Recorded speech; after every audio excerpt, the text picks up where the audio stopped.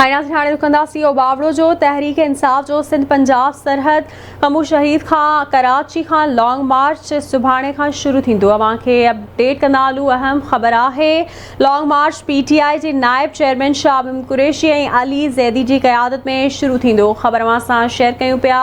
अहम ख़बर आहे, ओबावड़ो मां तहरीक इंसाफ़ जो सिंध पंजाब सरहद कमू शहीद खां कराची लाइ लॉन्ग मार्च सुभाणे खां शुरू थींदो। सिंध पंजाब बॉर्डर वारे इलाइक़े खे शाह महमूद कुरैशी ऐं अली ज़ैदी जे पैना फ्लैग्स ऐं बैनरुनि सां सिंगारियो वियो आहे। अव्हांखे आगाही ॾींदा हलूं। ब्रेकिंग न्यूज़ आहे, लॉन्ग मार्च PTI जे नायब चेयरमैन शाह महमूद कुरैशी ऐं अली ज़ैदी जी क़यादत में शुरू थींदो। तफ़सील मालूम कंदासीं ओबावड़ो मां मुज़फ़र चारण खां। जी मुज़फ़र, अपडेट कजो।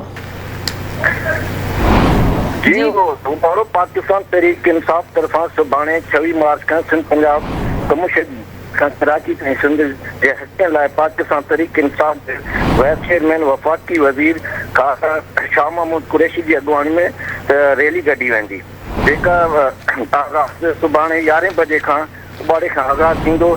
जंहिं जूं तयारियूं गौथिया जमायत पाकिस्तान तहरीक इंसाफ़ पर मुकमिल कयूं वयूं आहिनि ऐं उन मौक़े ते सिंध पंजाब बॉर्डर ते जमायत जे चीफ खलीफ़े अमानुल्लाह दर्स मीडिया सां ॻाल्हाईंदे चयो त तयारियूं मुकमिल करे वरितियूं आहिनि। 11 वॻे सिंध पंजाब बॉर्डर ते हुकुम शाह महमूद कुरैशी पहुचंदो, जंहिंजो गौथिया जमायत तहरीक इंसाफ़ पारां इस्तक़बाल कयो वेंदो, जंहिंजो लॉन्ग मार्च जेको ओबाड़े खां कराची रवानो थींदो मुख़्तलिफ़ रस्तनि खां थींदे।